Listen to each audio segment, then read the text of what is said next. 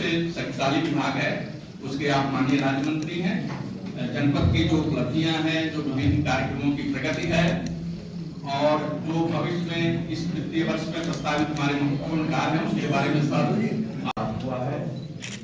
मैं उत्तर प्रदेश के आदरणीय मुख्यमंत्री श्री योगी आदित्यनाथ जी का बहुत बहुत धन्यवाद करता हूं कि उनके निर्देशन पर यहाँ मुझे प्रभारी मंत्री के रूप में आने का और आज की इस प्रेस वार्ता में हमारे पूर्व में कैबिनेट मंत्री रहे, विधान परिषद के सदस्य आदरणीय चौधरी वीरेंद्र सिंह जी, भारतीय जनता पार्टी के जिला अध्यक्ष महोदय तोमर साहब, डीएम साहिबा, डीडीओ साहब और शामली के पूर्व विधायक मेरे मित्र भी रहे हैं, मेरे भाई हैं तेजेंद्र निर्वाल जी, और यहाँ पर सभी पत्रकार बंधु के रूप में मैं कल यहाँ पर शामली में आया था। लगभग 2 बजे मैं यहाँ पर पहुँचा था।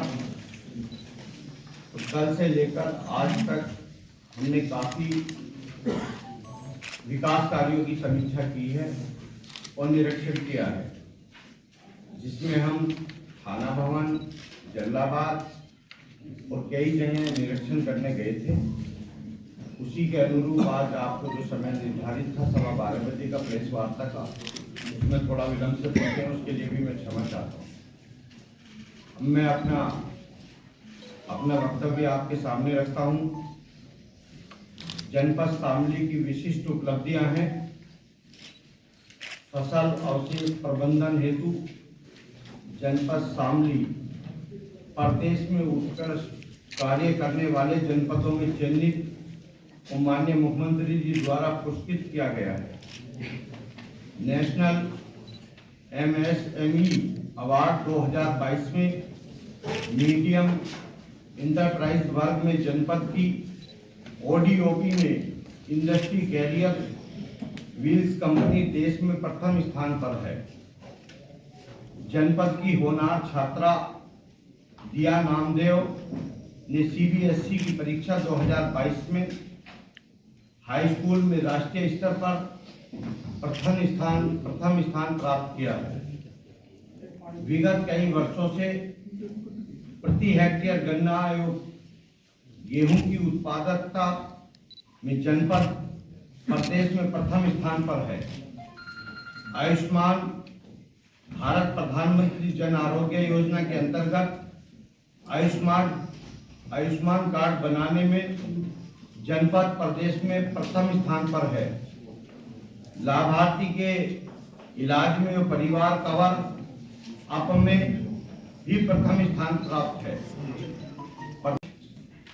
709A तथा दिल्ली यमुनोत्री मार्ग NH 709B का कार्य लगभग पूर्णता की ओर है।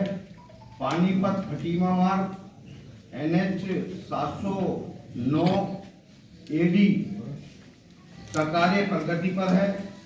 दिल्ली सहारनपुर देहरादून इकोनॉमिक कॉरिडोर तथा शामली अंबाला मार्ग हेतु भूमि अधिग्रहण की कार्रवाई प्रगति पर है। प्रस्तावित काम है वो भी मैं आपके सामने एक बार बता देता हूँ।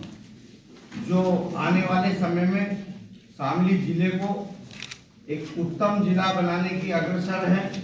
आदरणीय योगी आदित्यनाथ जी के नेतृत्व में ये जिला कैसे प्रथम नंबर पर हो, उसकी कल्पना लेकर के जनपद में नव स्वीकृति जिला स्पोर्ट्स स्टेडियम भैंसवाल के निर्माण की कुल लागत रुपये 40.76 करोड़ है, जिसके लिए प्रथम किस्त के रूप में 10 करोड़ रुपए अवमुक्त हो गए हैं।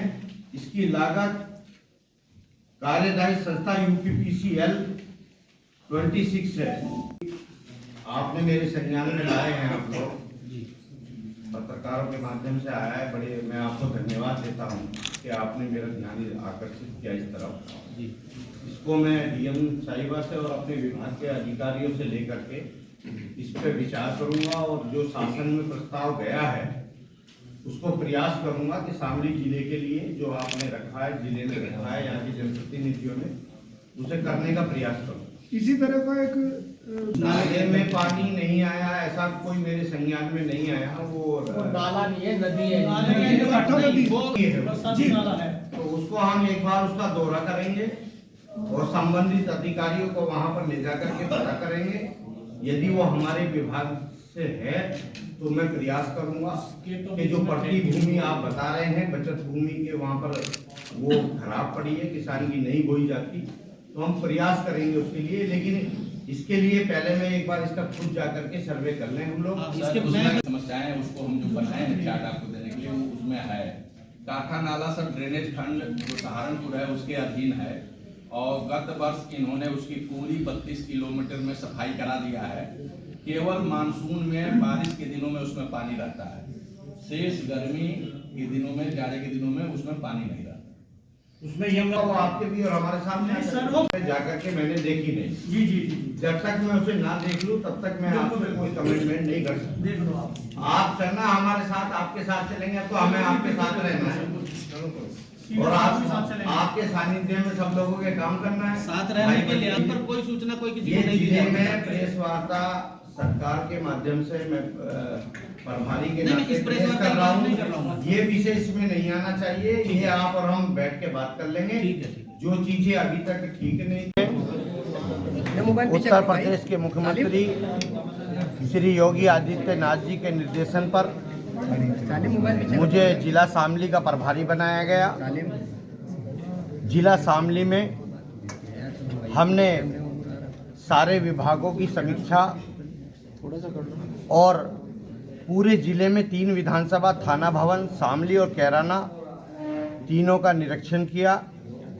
चाहे वो गौशाला हो, चाहे वो सामुदायिक स्वास्थ्य केंद्र हो, चाहे वो कस्तूरबा गांधी विद्यालय हो, चाहे वो हमारे डिग्री कॉलेज हो, हमने हर जगह विकास कार्यों का निरीक्षण किया है। मेरे साथ पूर्व कैबिनेट मंत्री, वर्तमान में विधान परिषद चौधरी वीरेंद्र सिंह जी और मेरे भाई पूर्व विधायक तेजिंद्र निर्वाल जी और जिलाध्यक्ष, सब लोग एक साथ जाकर के जिलाधिकारी महोदय, सीडीओ महोदय, सबने निरीक्षण किया है। और शामली जिले के अंदर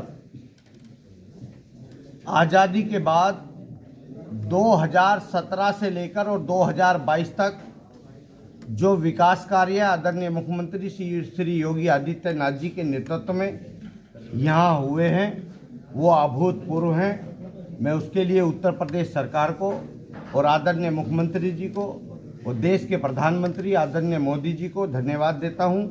और जो रुके हुए कार्य हैं उनको भी पूर्ण कराने का मैं प्रयास करूंगा। सर, खाना में क्या दलित महिला के घर आपने भोजन भी किया है सर? भारतीय जनता पार्टी सबका साथ, सबका विकास और सबका विश्वास, कोई जाति और कोई बिरादरी से कोई भेदभाव नहीं। हम सब एक राष्ट्र के नीचे, एक छत के नीचे रहने वाले लोग हैं। हमारे लिए कोई जाति नहीं है, कोई सम्मान नहीं है। पहले हमारे लिए राष्ट्र है, फिर हमारे लिए धर्म है, उसके बाद व्यक्ति है। सर, शिक्षा विभाग में बहाली के नाम को लेकर लाखों रुपए की रिश्वत का मामला सामने आया था। इसमें बाबू भी जेल गया, बीएसएफ फरार है। बीएसएफ के खिलाफ मुकदमा दर्ज है। शिक्षा विभाग में जिस तरीके से भ्रष्टाचारी करते हैं। मेरे संज्ञान में जितना विषय आया है मैंने उस पर आपको बोला है। अगर ऐसा कोई विषय आया है तो सरकार अब अंदाज़ा लगा लीजिए कि यदि कोई पकड़ा गया है, उस पर FIR भी हुई है और वो जेल भी गया है, तो आप ही कह रहे हैं बीएसएफ फरार है। वो अगर फरार है तो दुनिया की कोई ऐसी ताकत नहीं है जो योगी सरकार से कोई बच पाएगा। Thank you sir.